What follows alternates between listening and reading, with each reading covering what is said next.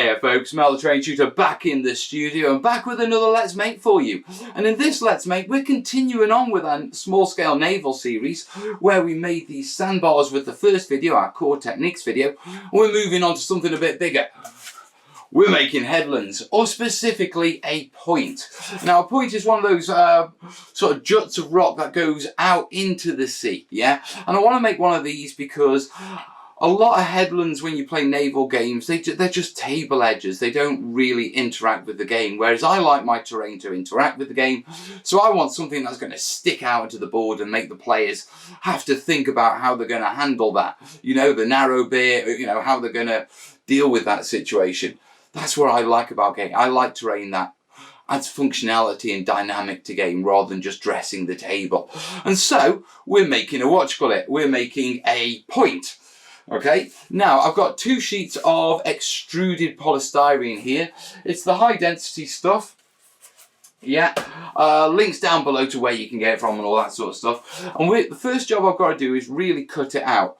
Now, there are 2 sheets. I do need to glue them together, and I'll do that as part of this process. But I'll talk you through it as we do it.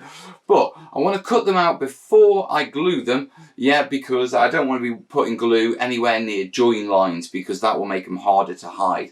So the first job I've got to do is I need to mark out where my point's going to go, get my trusty hot wire cutter, yeah, and get this cut out into the basic block shape. We can then fix it together and start shaping it down. So, with that in mind, let's crack on. So we start off by drawing out our point. This is to give us a rough guide of where to remove the bulk of the foam. To stop the pieces slipping whilst I'm actually working on them, I'm actually inserting a few barbecue skewers. These will keep the 2 sheets together while I work on them and the glue dries. For the actual cutting, I'm just slowly moving through with my hot wire cutter and getting the rough shape of it. Don't worry if you have to do it in stages and take out a few chunks as you go. That's perfectly fine. It's the end shape that matters. Remember when you're cutting off your offcuts and shaping your piece, cut them off as big as you can. That way you can save them for future projects like we will in this one. Once your pieces are cut out, it's time to glue them together.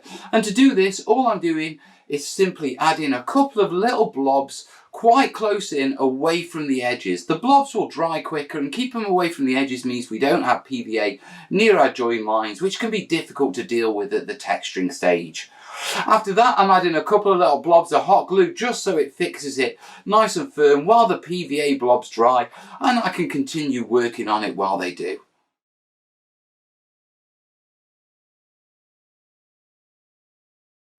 So our pieces are stuck together now, and it's time to start shaping them up. So if I pull these out very quickly, yeah, as you can see, they're fixed. Now the next job that we've got to do is we need to detail this up a bit because we've got the bulk of it.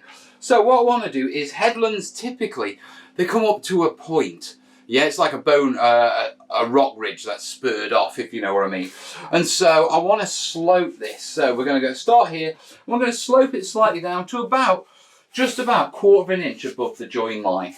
I don't want to go through that join line. I also don't want the slope to be too steep. Now at the same time, I want to cut out an arch in there, yeah, sort of a land bridge between that you get from the sort of a water erosion. To support that, I want some sort of caves along here where the water's starting to make more arch bridges. This is all part of coastal erosion. And on top of that, I'm going to use some of my spares. And what we're going to do is we're going to make a stack and maybe a stump, at the end, which is where the land bridge has collapsed down into the sea, and then you're left with those little fingers sticking up. They're stacks. So that's the battle plan. I'm going to be doing it with my hot wire cutter. So let's get stuck in. To start the shaping, I'm just taking a little off the top, a bit like a hairdresser. The best way of doing this, because of the bulk of the foam, is to come in from the sides and just take slivers, slowly working down until it starts taking the sort of slope shape you want. Work on one side, then work on the other side, and then once you've done those sides, you can start to bevel down the centre. Remember, it's okay to go back and keep adding little cuts and that sort of stuff, and try to avoid straight uniform cuts. Headlands aren't straight and flat, they're not regular, so feel free to break it up and change the direction as you're cutting. Once you've got the bulk of your actual top shape done, it's time to shape the sides. And much like the top, sides of headlands aren't regular either. They break down in various rates, and so come along and start chipping away at the sides. Do this with multiple lots of small passes. This will help to make your cuts a lot less obvious, and it helps to make the piece look a lot more realistic, because all those cuts blend in and they make it far more uneven, which is the look that we're going for. Remember that some headlands slope down from the top, some are undercut, and some are smooth at one part and then irregular at others. Change this variation. The more variation you have, the more realistic it's going to look. Don't worry about any wavy lines or obvious hot wire cuts. We're going to be cleaning it up and cutting into it and texturing it anyway. So this is more about bulk and shaping than final detailing. So don't worry too much about that. For the arch, I start off by turning the piece upside down and cutting out a U shape. Relatively small, but basically the minimum that I want the arch. After that, it's a matter of coming in and slowly chipping and beveling at the sides to make that U shape into a more natural arch by beveling out the sides and the roof, and at the same time chipping in to the top surface a little as well, so that it looks like there's been erosion and collapsing from the cliff top as well. Keep doing it. Lots of little cuts will make it look realistic, but remember, you don't need to finish it off perfect because we're still just shaping. For making the stack, it was quite simple. I just got one of my offcuts, cut it into a rough square block, and then started shaping it down from the edges. First off, taking off all the angular sides and making it roughly roundish, and then coming in with alternate wavy cuts, lots and lots of repeated cuts to break up the shape, to break up the cut lines and make it look a little bit more natural. Key point is always make sure that your stack is actually lower than your headland, since this is an erosion thing.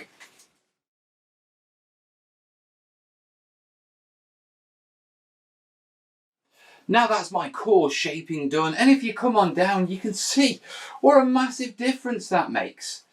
Straight off you can see where I put the arches in and I put the caves in. Simple matter of just lots of little repeated sort of insertion cuts, pulling the little bits out. As always, little by little, guys, is the key with cutting foam. It's difficult to repair if you go too deep, so do lots of little shallow cuts, get it to where you want, then step away. So in this case, you can see where we've used the hot wire cutter to really break it all up, and then also across the top edge there. And you can see that it is much more pronounced. It's got a much more natural look to it. There's still some hot cut lines, but we're going to get rid of those in a minute. And there's my little stack that I cut out. Once again, lots and lots of little cuts breaking up the line. Now, the one thing that I've got to do is, we've got quite a few sharp lines on here from the cutting process. I've got myself a little bit of, I don't know what grit, but really coarse grit sandpaper. And all I'm going to do now is, very quickly, just come along and start taking these lines off and smoothing it out. It's going to be a messy job, it's going to be a dirty job. I'm probably not even going to time lapse it. So, I'll see you in a flash, guys. Alright, I lied. Actually, there was a bit more I needed to tell you. With the sanding, when you're sanding, make sure that you're not trying to sand it completely flat and smooth again. All you're actually trying to do is just take off those ridge lines, those sharp ridge lines, which make it look like it's been cut. Once you take the ridge off those, it becomes far more natural. Remember, once again, go in lightly, brush your dust off, have a look what the results are, and if you need to go back in, go back in. But as with all these sort of steps, take a little off, assess, redo. And remember, guys, when you're sanding, it does make a lot of mess, and foam dust isn't particularly good for you. So wear your masks,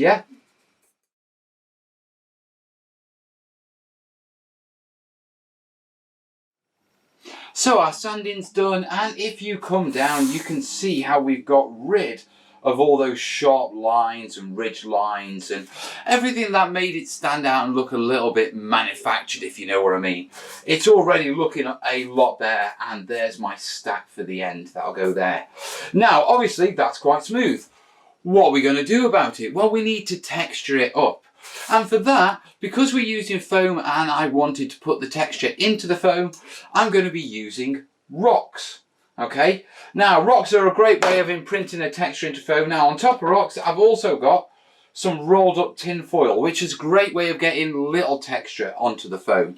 Now I should say that these are only just a type of wargaming hill, and I have covered God knows how many different techniques for doing cliffs and rocks and hills and that sort of stuff. And they're all in the Hills, Cliffs and Rocks playlist. So I'll throw a link up to that. So if you haven't got HD foam and you're looking for another rock surface, you'll find it in there. But I'm going to crack on with this. Now the technique is pretty simple.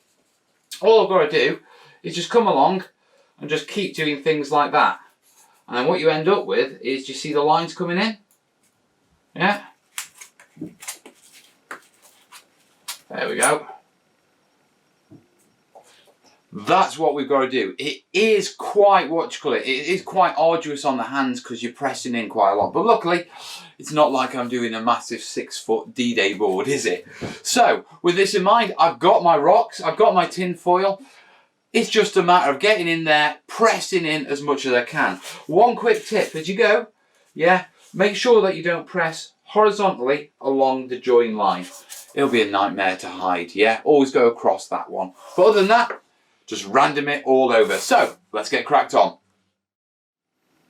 When you're doing your impressions, it's important to make sure that you do change the direction of the rock.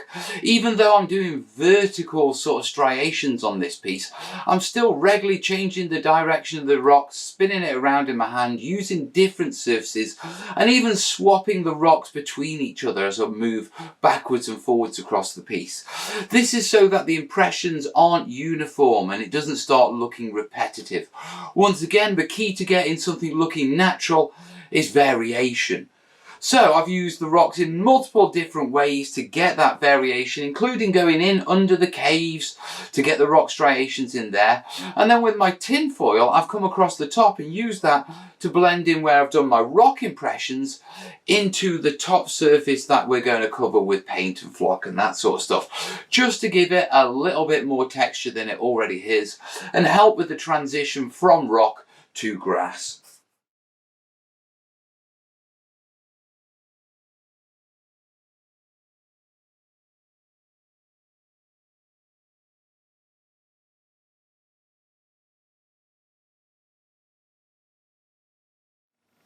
So we've finished with our impression work with our rocks. My hands are aching.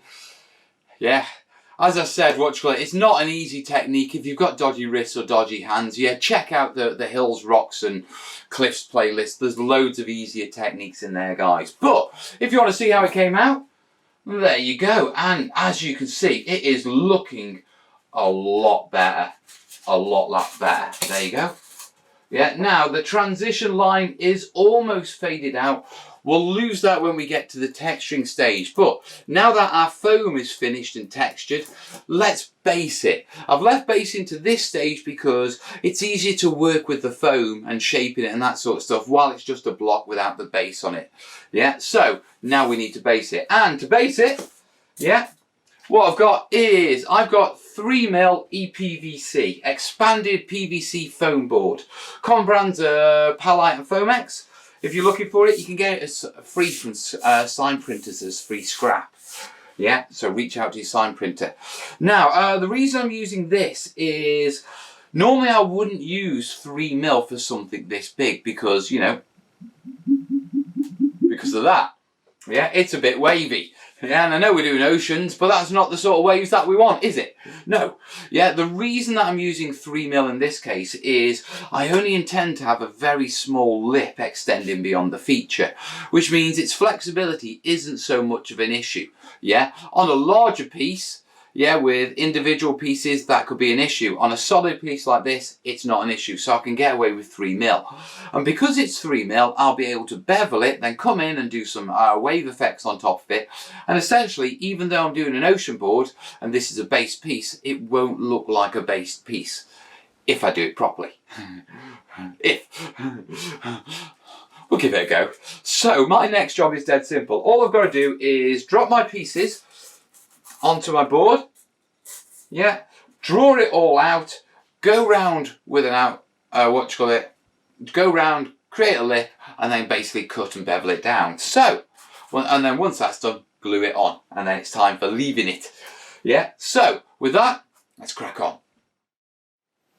The first task is to place our piece on the EPVC and draw around it. Once we've drawn around it, then we can take it to one side and then start to draw the actual rim of the border. I'm going for about 10mm around the sides. If you want to include rocks and fallen debris onto your piece as part of the base, then you need to factor that in as well. Once you've got your outline of the base, it's just a matter of cutting through it. And with 3mm stuff, it's really easy. 2 simple, gentle passes and you'll be through it. After that, it's just a matter of beveling the sides. So you've got a nice sort of smooth transition from your flat board up to the actual piece. Yeah, and it doesn't look too blocky.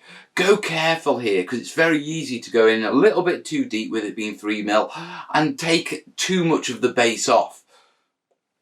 Once you've got it beveled, it just needs a quick sand just to get rid of those ridge lines, and then it's just a matter of gluing it down with a little bit of grip adhesive and a bit of hot glue to hold it in place while it sets.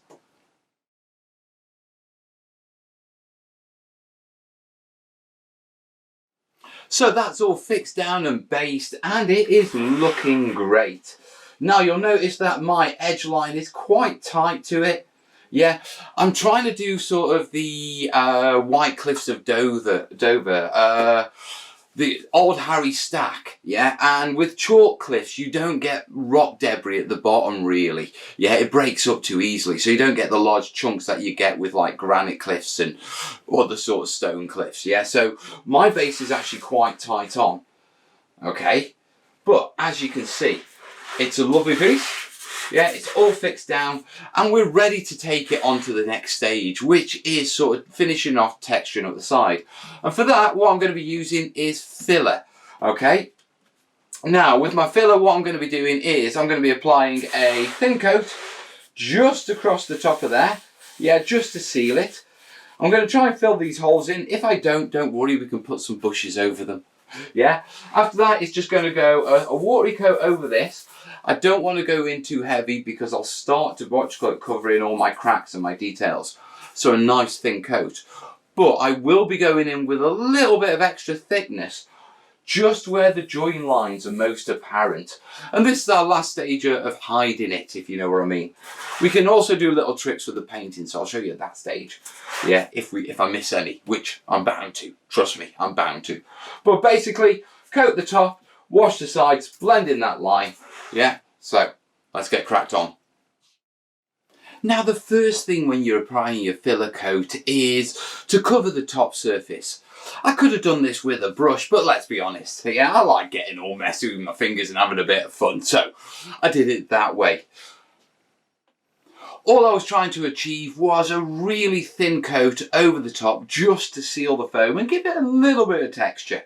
Moving down, yeah, I used my brush and watered down filler just to coat over the entire piece.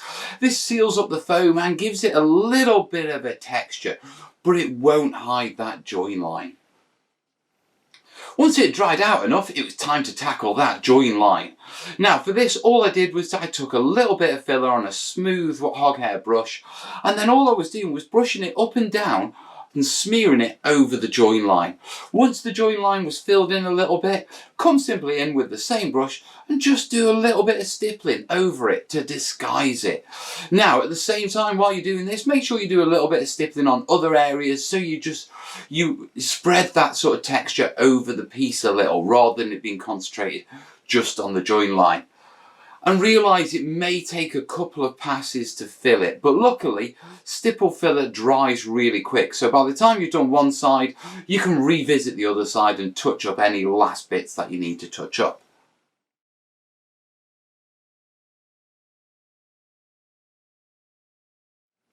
So that's the filler coat done, and if you come down, there you go. Yeah, and you can see clearly how doing that stippling technique has completely disguised the join line. You may still see a little hint of it in places. That's because you know it's there. Once the paint goes on, that'll help break that up and it'll pretty much disappear completely. Yeah, remember with the stippling, you can go over it a couple of extra times if there's particular areas that still need a little work. Yeah, it's a progressive technique, not just a single layer technique. And if I flip it round, just show you the other side, it's dry enough to sort of handle, but yeah, it's still a little tad damp. And you can see just a slight hint of it in places. That will disappear, guys.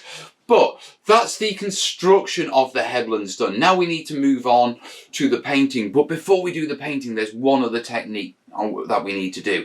It's not the headlands, it's the waves. We need to create some waves around it. And for that, I'm going to use a solid technique from the Watch the Sandbars video that's already up there somewhere. And I'm going to be using stucco. Yeah, Artex in the UK, ceiling stucco.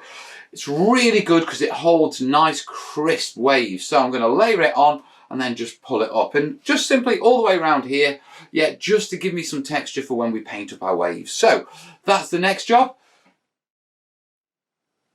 Now when you're doing Artex waves, I always find it better to raise the piece up so I can work right over to the lip.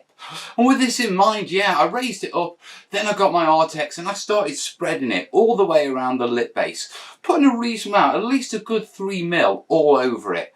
Yes, I did blob it up against the sides, but don't worry about that. We can come in with a simple brush and just clean up the edges, okay? Once the edges are cleaned up, I'll let it sit for a little while just so it started to stodge up a bit. Yeah, and it could hold the waves.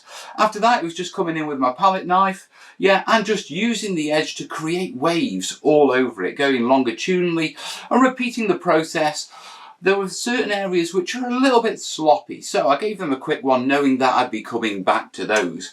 And after a few rounds, it all came together.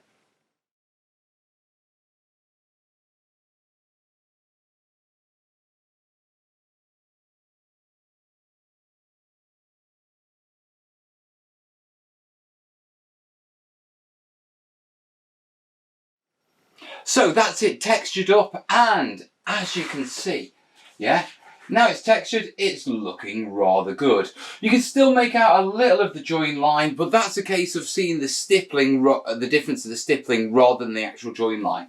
If you look a little bit closer, you can see that there isn't actually a join line there, it's just the white stippling. Now we've reached a stage where it's time to start painting it up, and now this means doing the rocks, doing the sea, and stepping up along those lines. Now, I'm going to do this as the White Cliffs of Dover, since I'm doing some coastal naval and I'm British. Yeah. It's quite a unique painting scheme, so I'm also doing that as a separate video. So we're going to quickly time-lapse through this and I'll talk you through the colours. But if you want a more detailed painting guide in how I did this, there's a video coming up right after this one with a painting guide, yeah, specifically for the White Cliffs of Dover. Of course, your cliffs, you can do them grey, any colour you particularly want to fit in with the environment you're modelling. Obviously, I'm doing the White Cliffs, so a little bit special, wanted to do a video on with that. So with that in mind, I'm going to be using mainly house paints, latex paints and acrylics. And I might as well get cracked on, hadn't I? Let's get cracked on. Now when it comes to painting the headlands, it was given a nice even coating of a nice cool grey. And the ground was gone over with my standard brown. At the same time, the sea was given a coating of a nice dark blue, much like on the Sandbars video. The cliffs were then highlighted up by adding more and more white into my grey mix and overbrushing a long ways to keep the shadows in the recesses. I slowly added a little bit more white, increasing it up, going from overbrushing to dry brushing until I was just highlighting the very peaks. At the same time, I was using the same colours just to dry brush over the Artex sea effects. They're perfect colours for creating sea, so I was using them while I got them on my brush. The path on the top was created by first mixing a bit of ochre into my base brown and painting the main path, and then mixing in successive amounts of cream and doing a finer line to create the path across the top of the headlands. The washes were done simply by applying a little bit of burnt umber into my brown mix, thinning it down, then applying it in a tide mark around the base of the actual cliffs, and then coming in from the top and weathering down where erosion would have carried dirt over the cliffs.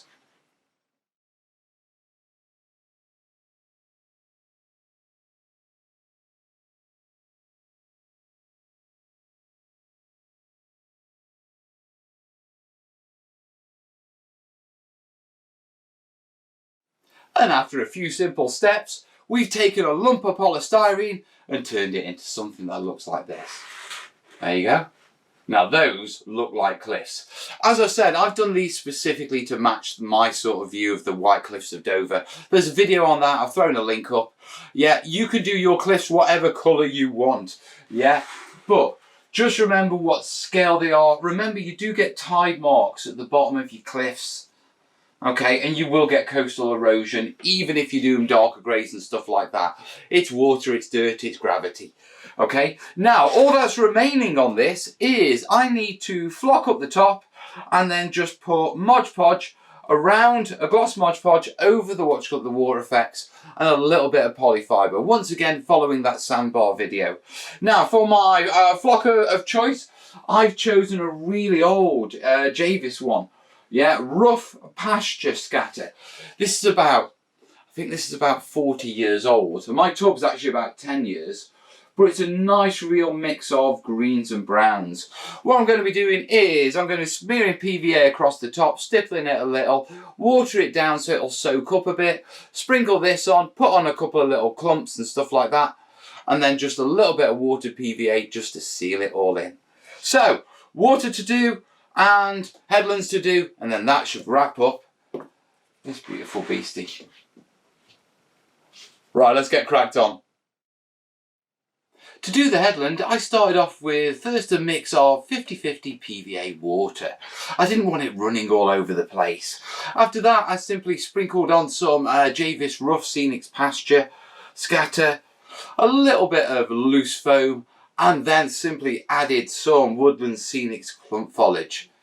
After that, it was just given a quick seal and left to dry. The water was just given a quick coat of glossy Mod Podge all over. I didn't even bother stippling it, just a simple coat to make it shiny. And then I went in with a little bit more Mod Podge and my polyfiber to add my wave and splash and foam effects.